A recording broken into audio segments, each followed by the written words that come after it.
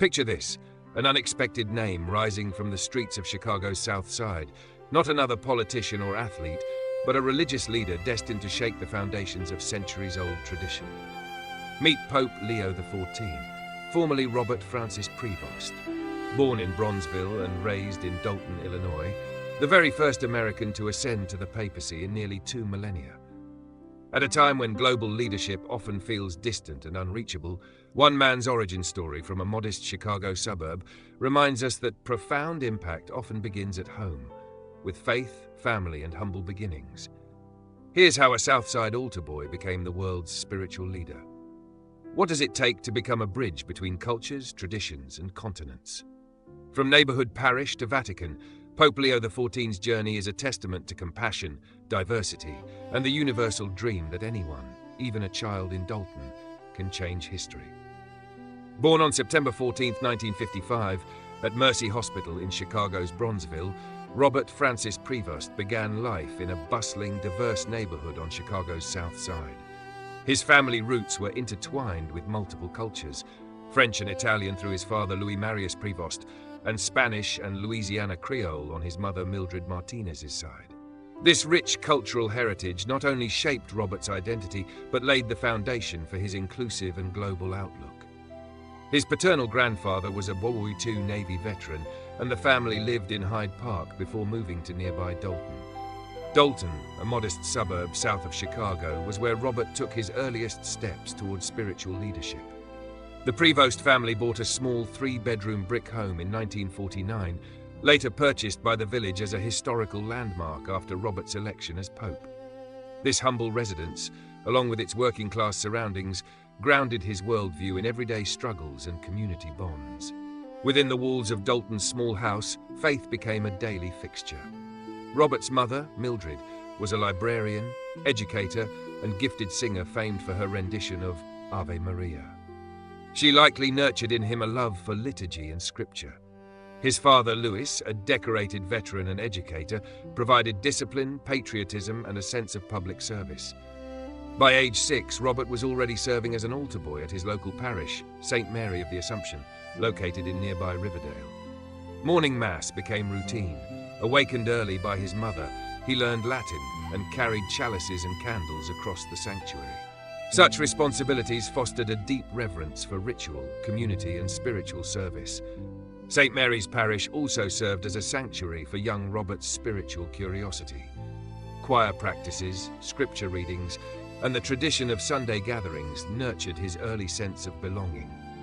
Despite economic decline in the wider neighborhood, the church became a beacon of hope and collective resilience. It was here he first imitated priests during playtime with his brothers, an innocent but heartfelt rehearsal of a future calling. Schooling in Dolton further shaped Robert's character. He attended local Catholic schools and later enrolled at the Catholic Theological Union in Hyde Park, where he earned a degree in mathematics and theology before entering the Augustinian novitiate. His academic excellence hinted at a logical, analytical mind, a trait that would later define his pastoral leadership. Within the Prevost household, stories of courage, sacrifice, and cultural integration unfolded daily. His father's World War II heroism, including the Normandy landings, instilled ideals of duty and service. His mother's love for music and education revealed the power of communication and empathy. This duality of strength and kindness became Robert's hallmark. By his teenage years, he was not just an altar boy, but recognized for his warmth and intellectual promise. Teachers from St. Mary's recalled a young boy with a gentle smile and zealous faith. Community members remember Robbie, the boy who hummed hymns during hallway walks. Unbeknownst to them, the future leader of the Catholic Church was beginning to take shape. The family's diverse makeup, French, Italian, Spanish, Louisiana Creole, exposed Robert to multiple worldviews.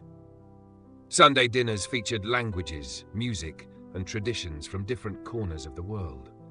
This early immersion in multiculturalism planted the seeds for a pope who would later serve Peruvian nationals, bless same-sex couples, and speak about Ukraine. As he matured, his bond with parish life intensified.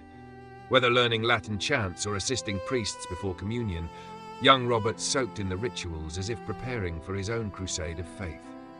Combined with his academic rigor, This spiritual foundation prepared him for religious orders and theological leadership. 4 decades later, that altar boy would return to St. Mary's, no longer to serve but to lead, as Pope Leo XIV's legacy spurred interest in landmark status for the deteriorating church building.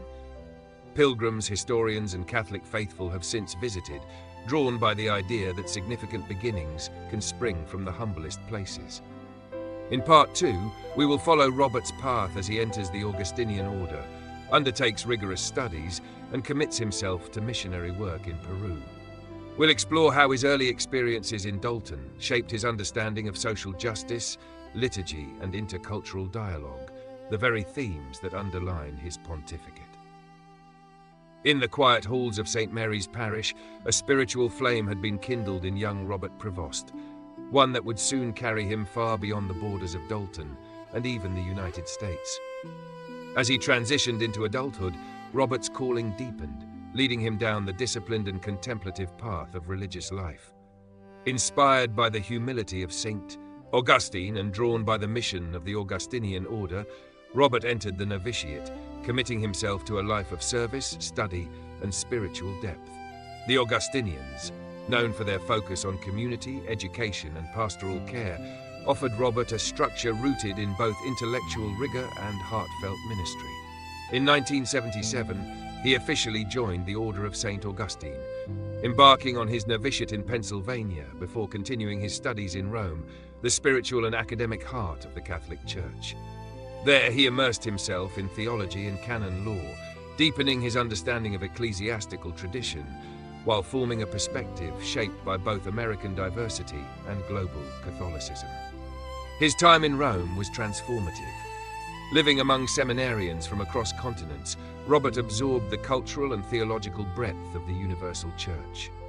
He engaged in deep conversations with peers from Latin America, Asia, and Africa, debating philosophy, discussing doctrine, and listening to first-hand accounts of faith practiced under dictatorship, poverty, and war. These interactions would later influence his own pastoral vision, a faith grounded in compassion, dialogue, and cultural empathy. In 1982, at the age of 27, Robert Prevost was ordained a priest in Rome. The ceremony was solemn and joyful, a moment that marked the culmination of years of prayer, reflection, and formation. But rather than settle into a parish in the US, he responded to a more radical call. His order sent him to Peru, a nation then gripped by political instability, economic hardship, and social upheaval. It was a challenge that would test not only his resilience, but the very heart of his vocation. Arriving in Peru in the early 1980s, Prevost was stationed in Trujillo, a coastal city burdened by poverty and violence, yet rich in culture and community. There, he began his ministry among the marginalized, teaching, organizing youth programs, celebrating sacraments, and walking the dusty roads to visit families. Often traveling by motorbike to remote villages, he carried not just the gospel, but a message of hope and solidarity. In the highlands of northern Peru, he was confronted with the complex realities of systemic injustice, indigenous communities neglected by the state, parishes without priests, and children without access to education. Father Prevost became known for his quiet presence and active listening. He did not impose, he learned.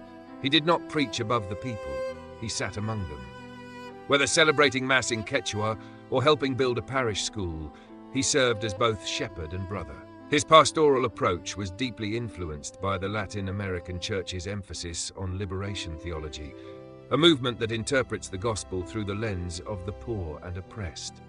While not aligned with its more radical fringes, Frater Prevost embraced its core principle that the Church must stand with the suffering, advocate for justice, and embody Christ's mercy in tangible ways. During his years in Peru, Prevost rose to become a respected leader among the local clergy. In 1987, he was appointed regional superior of the Augustinians in the country, a role that required both administrative skill and pastoral sensitivity. Under his leadership, the order expanded its outreach, strengthened formation programs, and deepened its commitment to indigenous communities. Even as his responsibilities grew, he never abandoned his pastoral roots. Parishioners recall seeing him at dawn, preparing the church for Mass, or staying late to counsel a grieving family. He lived simply, learned fluent Spanish, and became so integrated into the local culture that many forgot he was American. For the people of Trujillo, he wasn't just a foreign priest, he was Padre Roberto, their own. In 1999, Prevost's leadership was recognized on a global scale when he was elected Prior General of the Augustinian Order, the highest position within the community. He relocated to Rome once again, this time not as a student, but as a global leader. For 12 years, he guided the order across 5 continents, visiting missions, encouraging vocations, and advocating for peace and justice. His tenure was marked by humility, a preference for dialogue over dogma, and a commitment to the peripheries of the Church. Despite the prestige of his role, he remained deeply rooted in his missionary experience. Whether addressing cardinals or conversing with novices, he often spoke of his time in Peru, of dusty chapels and mountain masses, of laughter shared with the poor, and of the quiet resilience of those who have little but give much. In 2014, Pope Francis, himself a Latin American and Jesuit, recognized in Prevost a kindred spirit. Francis appointed him Bishop of Chiclayo, a diocese on Peru's northern coast that included both urban sprawl and rural isolation. There, as bishop, Robert continued his mission-driven leadership, implementing pastoral reforms, promoting youth ministry, and prioritizing outreach to indigenous and Afro-Peruvian communities.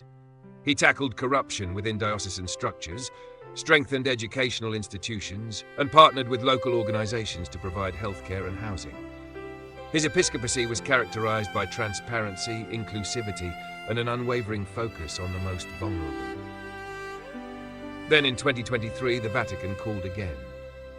Pope Francis appointed Bishop Prevost as prefect of the Dicastery for Bishops, a role of immense responsibility. In this position, he was tasked with selecting bishops worldwide, shaping the future leadership of the global church. It was a role that placed him at the heart of ecclesial power, yet he carried it with the same humility that once defined his ministry in Peru's barrios. His appointment signaled a shift within the Vatican, a move toward pastoral leaders who prioritized mercy, dialogue, and servant leadership over careerism or ideology. Under his guidance, the selection process became more inclusive, seeking bishops who reflected the people they served, bishops who, like him, walked with the flock rather than above it. These years in Rome only further elevated his reputation among cardinals and clergy alike. He was admired for his diplomacy, his understanding of global Catholicism, and his ability to bridge cultural and ideological divides. When Pope Francis hinted at succession, many quietly speculated that Cardinal Prevost might be among the frontrunners, though he himself dismissed such talk with a modest smile. But history would prove otherwise. In March 2025, the conclave gathered following the resignation of Pope Francis. After days of prayer and discernment, the College of Cardinals turned to a man who embodied both continuity and change, a bridge between the old and the new, the north and the south, tradition and renewal. When white smoke billowed from the Sistine Chapel, the world learned the name of Pope Leo XIV, the first American pope, the first Augustinian in centuries to wear the papal white, and a leader shaped as much by Peruvian villages as by Roman corridors. His election was greeted with awe and emotion. In Dolton, residents gathered in front of St. Mary's, ringing bells and waving flags. In Chiclayo, parishioners wept with joy. In Rome, journalists scrambled to understand how an altar boy from Chicago's south suburbs had become the spiritual shepherd of 1.3 billion Catholics. As Pope Leo XIV stepped into the role of the Catholic Church's supreme pontiff, his mission was not just symbolic. It was substantive, immediate, and deeply personal. From the moment he stood on the loggia of St. Peter's Basilica and chose the name Leo, a nod to past reformers and defenders of doctrine, he signaled that his papacy would not be one of mere continuity, but of courageous renewal. His first homily as Pope captured this spirit, a gentle but firm call for a church of bridges, not walls, for truth expressed with tenderness, and for a return to the heart of the gospel. His words resonated with a global audience weary of division and scandal, offering instead a vision rooted in healing, listening, and service. This vision was not new for him.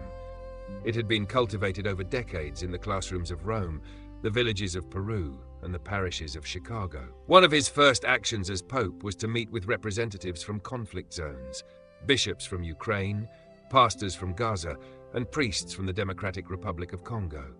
Rather than issuing statements from afar, he sat with them, listened, and later spoke to the press not in diplomatic platitudes, but in human terms, about children, mothers, and the daily cry for peace.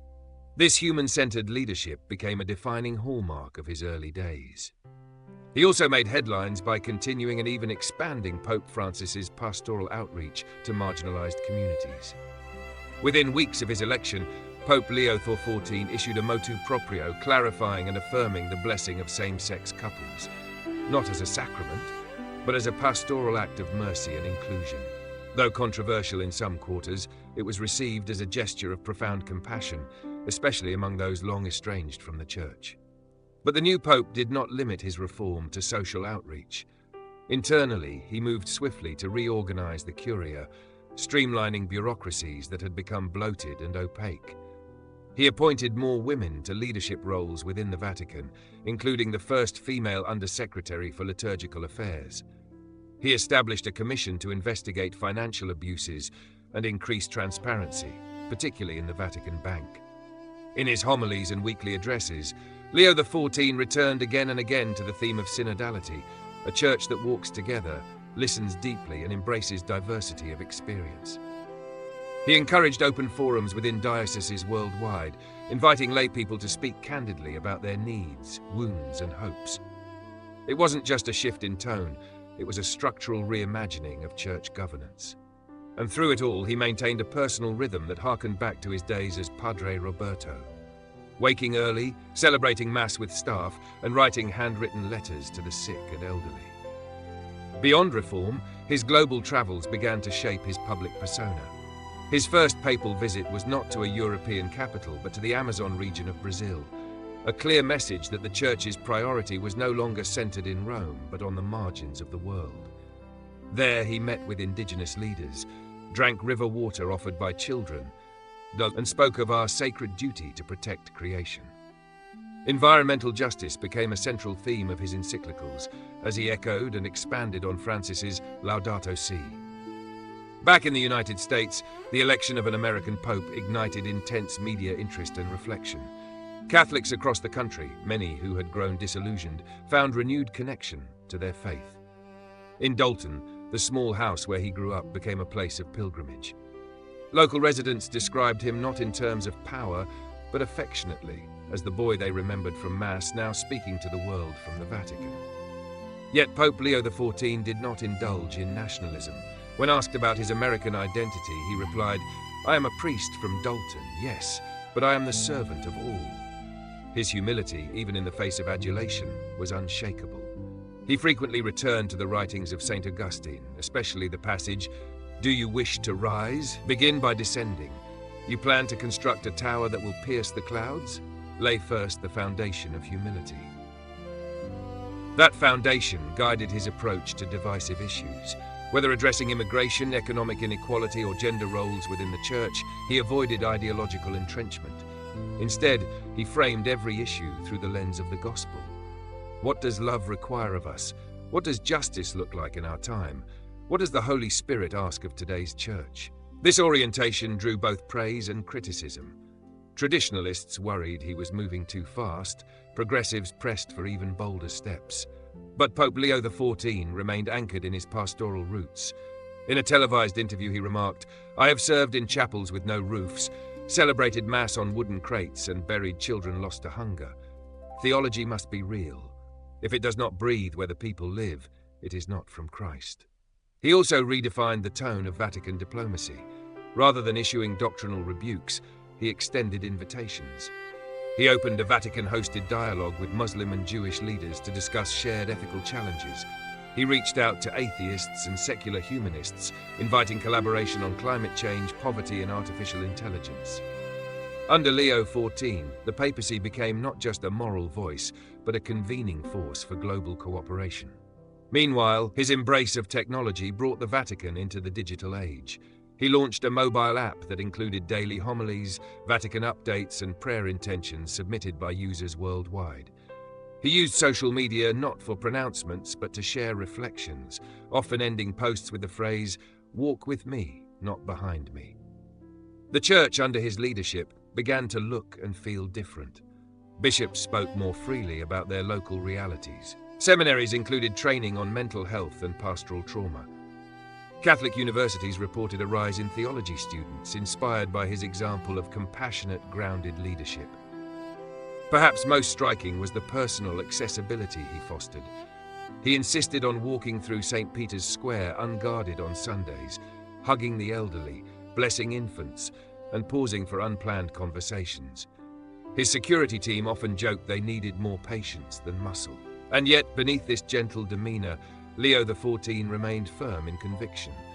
He defended the sanctity of life at every stage, upheld the Church's teaching on the Eucharist, and spoke out strongly against authoritarian regimes and exploitation. But his tone was never punitive. It was prophetic, rooted in the idea that the truth must be announced in love, or it ceases to be the truth. As his first year as Pope drew to a close, his impact was already unmistakable. Vocations in Latin America surged. Dialogue between conservative and progressive factions increased. Financial reforms began bearing fruit. Most importantly, millions of disenchanted Catholics began to return, not because the Church had changed its doctrines, but because they felt seen, heard, and loved.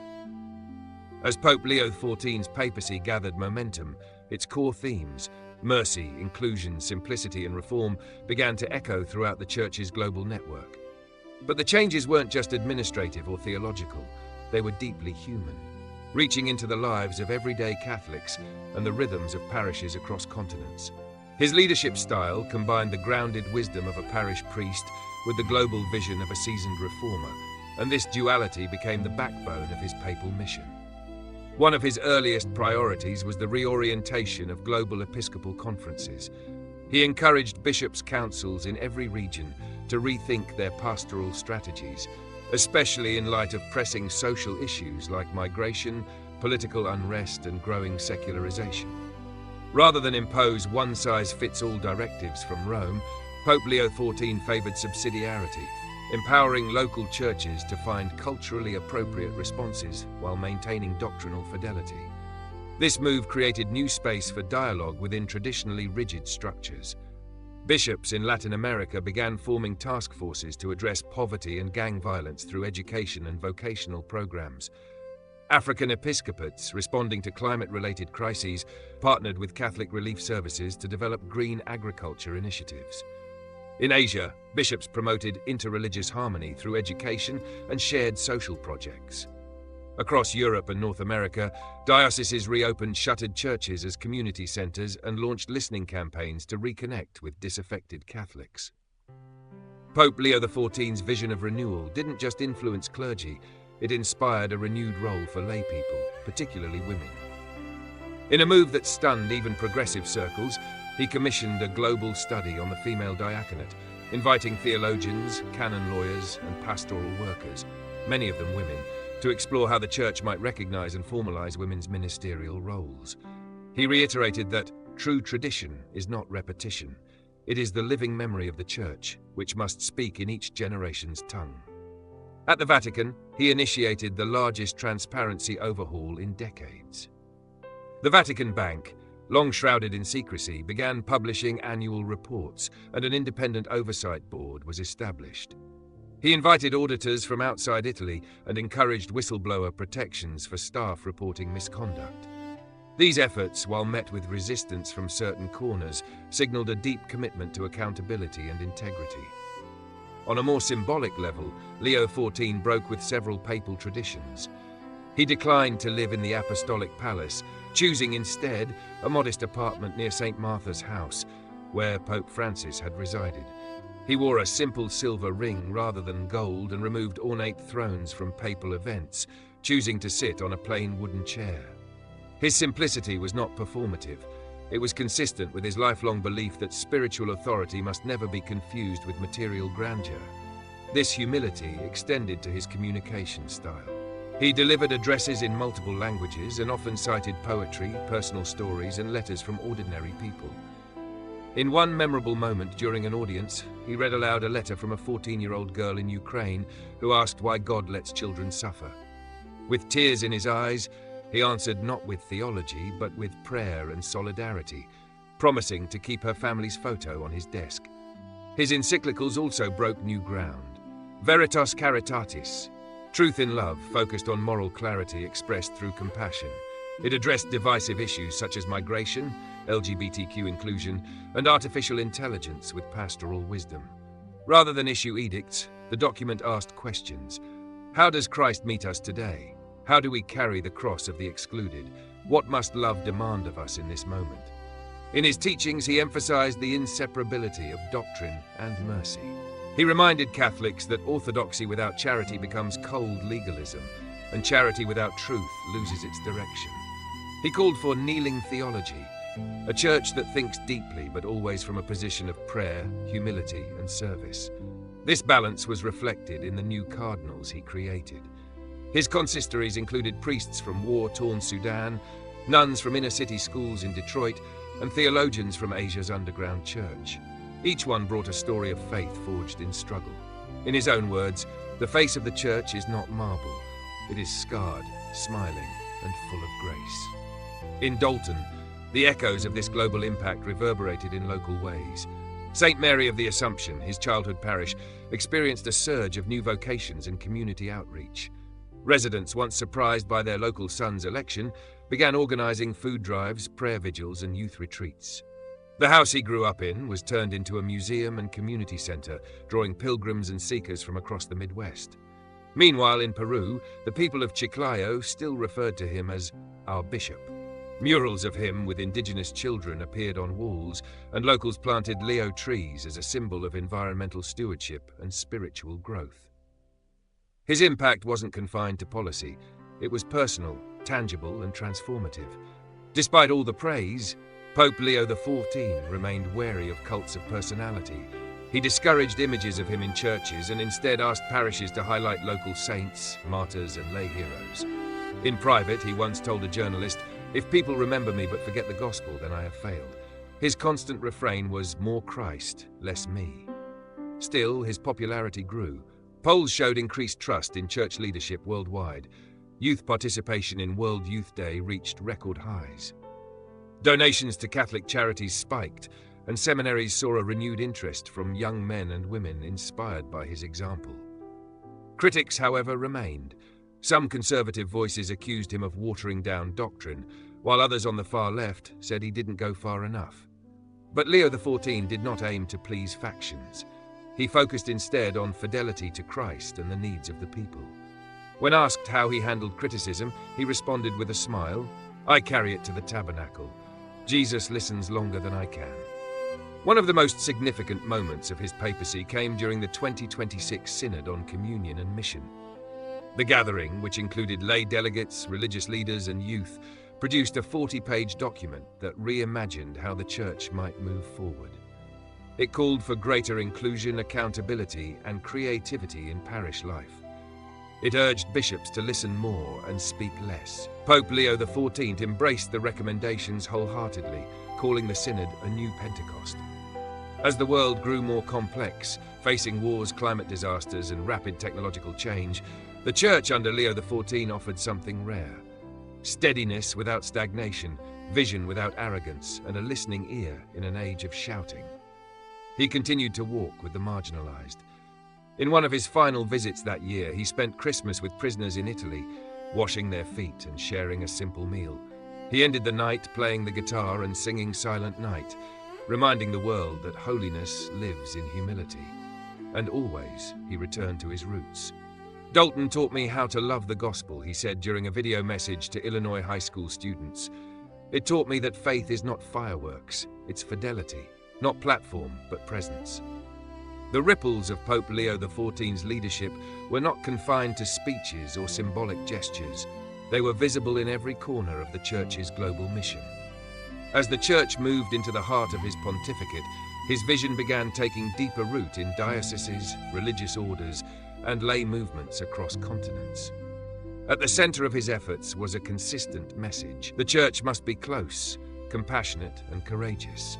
His commitment to reform extended into the spiritual heart of Catholicism, its liturgy.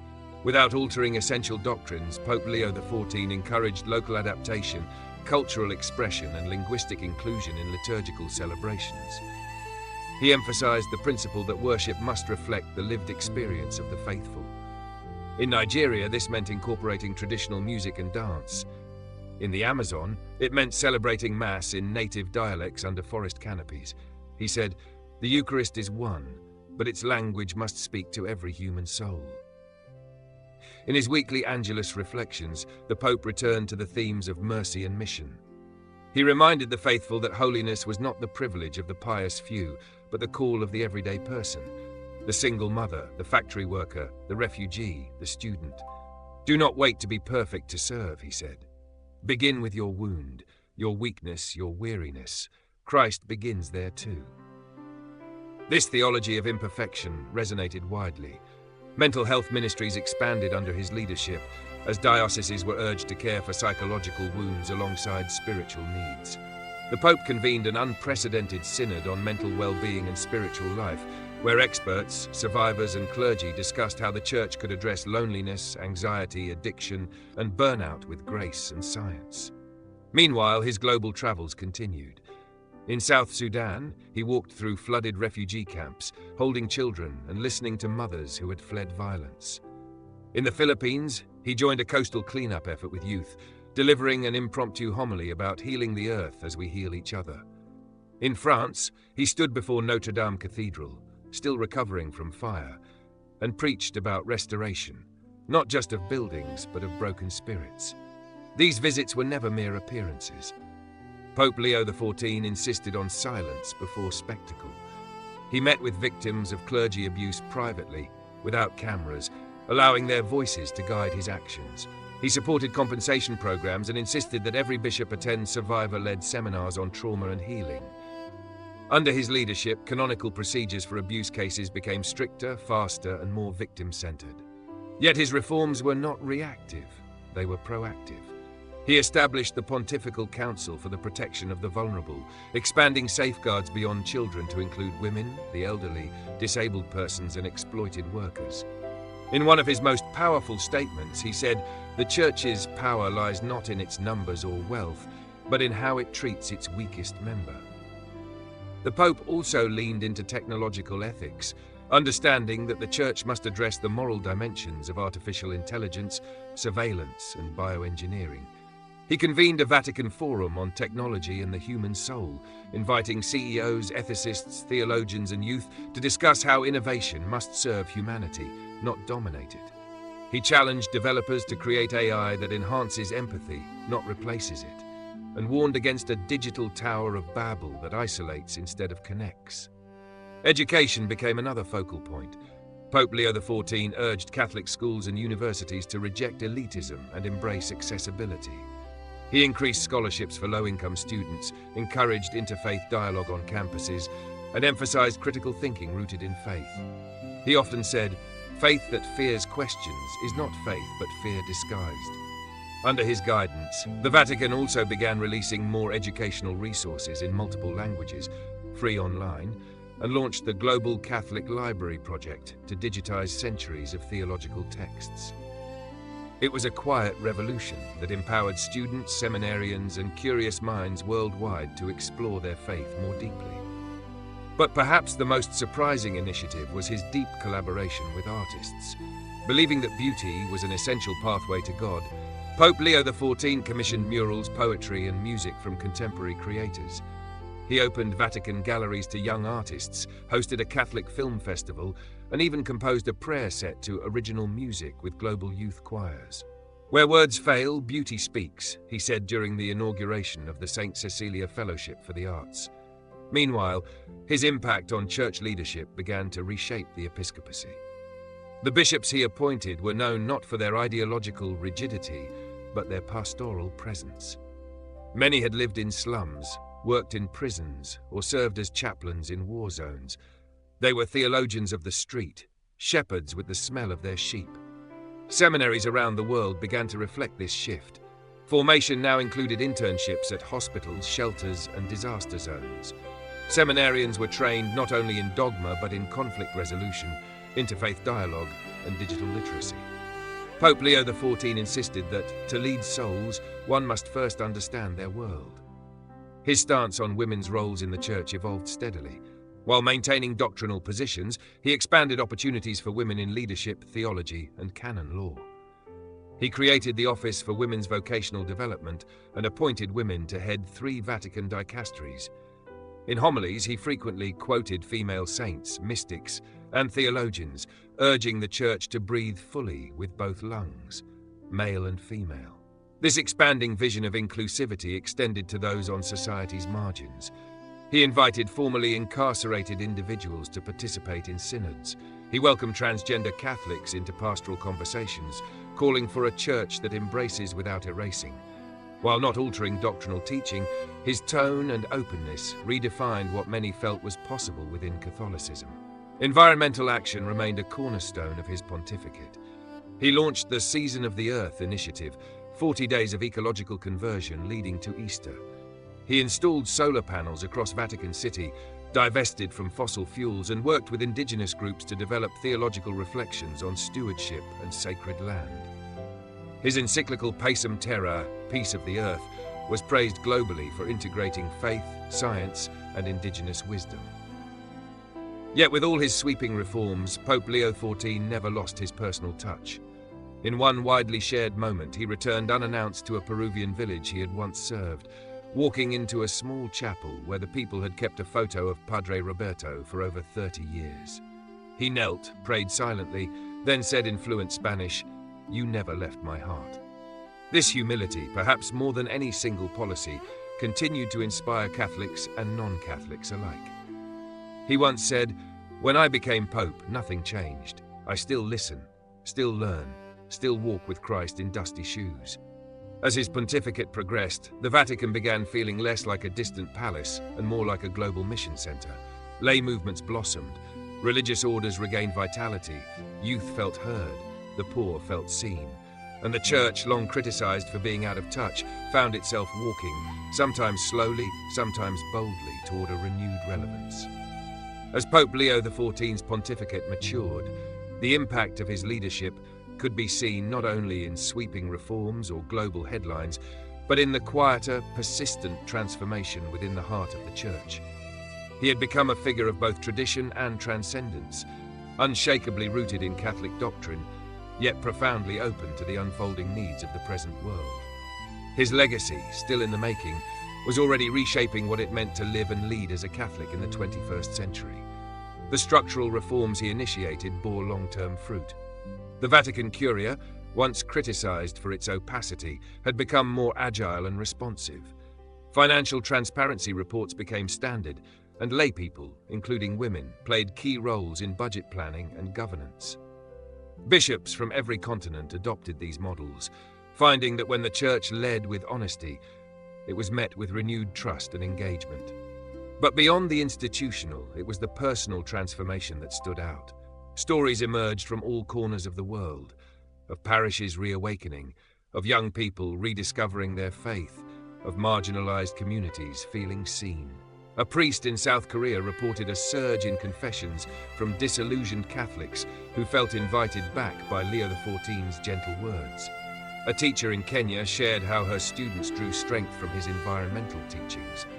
A refugee in Lebanon spoke of hope sparked by the Pope's call for a church with arms always open. This era came to be known as the Pastoral Renaissance, a time when the Church began to recenter the gospel message through presence, relationship, and relevance. Pope Leo XIV encouraged the faithful to rediscover the joy of the small, to pray not only in cathedrals but around dinner tables, to share scripture in nursing homes and neighborhood cafes, to live the Beatitudes not as high ideals but as daily guides. His teachings on slow evangelization emphasized consistency over spectacle.